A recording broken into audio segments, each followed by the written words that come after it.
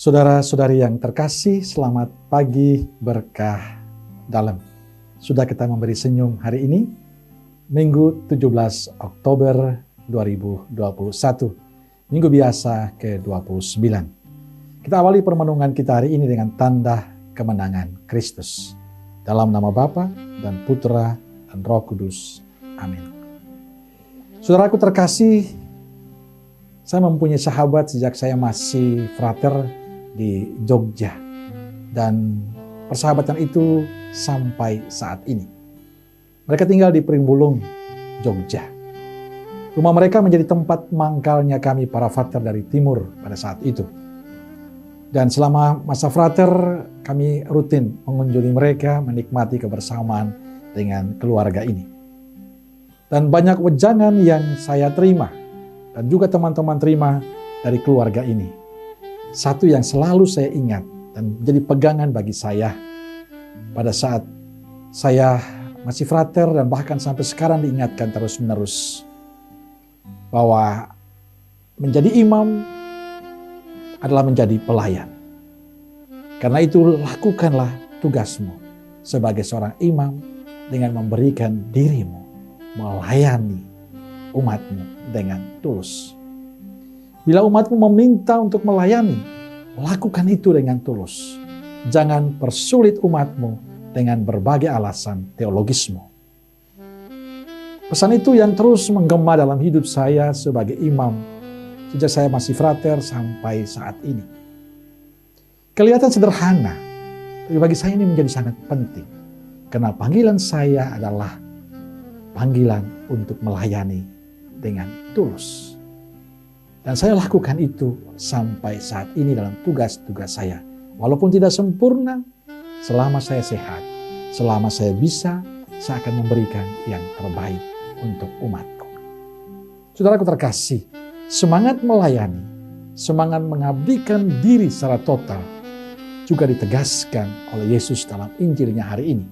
Kepada para muridnya, Yesus menegaskan bahwa panggilan mereka adalah panggilan untuk melayani, bukan panggilan untuk menjadi bos. Bukan panggilan untuk menjadi pejabat dengan berbagai status yang melekat. Tapi panggilan untuk melayani. Panggilan untuk memberikan diri bagi Tuhan dan sesama. Kepada dua muridnya yakni Yakobus dan Yohanes, anak-anak Zebedeus yang meminta pada Yesus agar mereka duduk di sebelah kanan dan kirinya, Yesus memberikan jawaban yang menarik.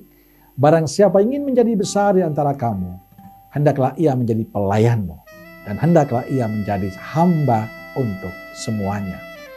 Dan selanjutnya Yesus berkata, sebab anak manusia datang bukan untuk dilayani, melainkan untuk melayani, untuk memberikan nyawanya sebagai tebusan bagi banyak orang. Yesus sendiri sudah menunjukkan sikap pelayanan itu. Karena itu ia menyampaikan ini kepada para rasulnya, yang pada saat itu berebutan untuk mendapatkan kedudukan, mendapatkan status yang penting di tengah-tengah Yesus. Tapi sapaan Yesus ini ditujukan juga pada kita. Sebab sebagai manusia kadang ada kecenderungan dalam diri kita. Bahkan kita berpikir bahwa kebesaran seseorang terletak pada kedudukan, terletak pada status dan jabatan yang melekatnya. Dan itu sering terjadi. Kadang kita begitu luar biasa menyanjung orang-orang yang memiliki kedudukan. Tapi Yesus hari ini menegaskan kepada kita semua, kebesaran kita bukan terletak pada status kita, bukan terletak pada kedudukan kita. Tapi dikala kita memiliki status dan kedudukan, kita mau melakukan sesuatu dengan baik untuk sesamanya. Kita mau melayani sesama dengan sungguh, itulah kebesaran kita. Artinya kita punya kedudukan, kita memiliki jabatan kalau kita hanya ingin dihormati, disanjung, disukai oleh banyak orang. Bagi Yesus itu tidak dibutuhkan.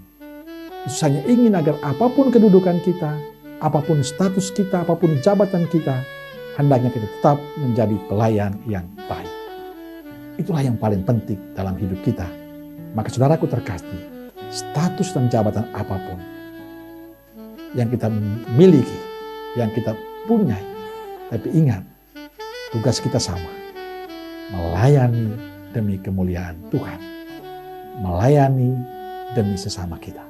Dan itulah panggilan hidup kita sebagai orang-orang beriman.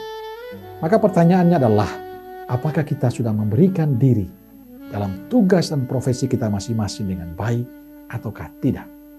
Mari kita kembali ke jalan yang baik, jalan pelayanan Yesus. Amin. Semoga Allah yang Maha Kuasa memberkati saudara sekalian, Bapa, Putra, dan Roh Kudus. Amin. Keluarga Kudus Nazaret, doakanlah kami. Amin. Berkah dalam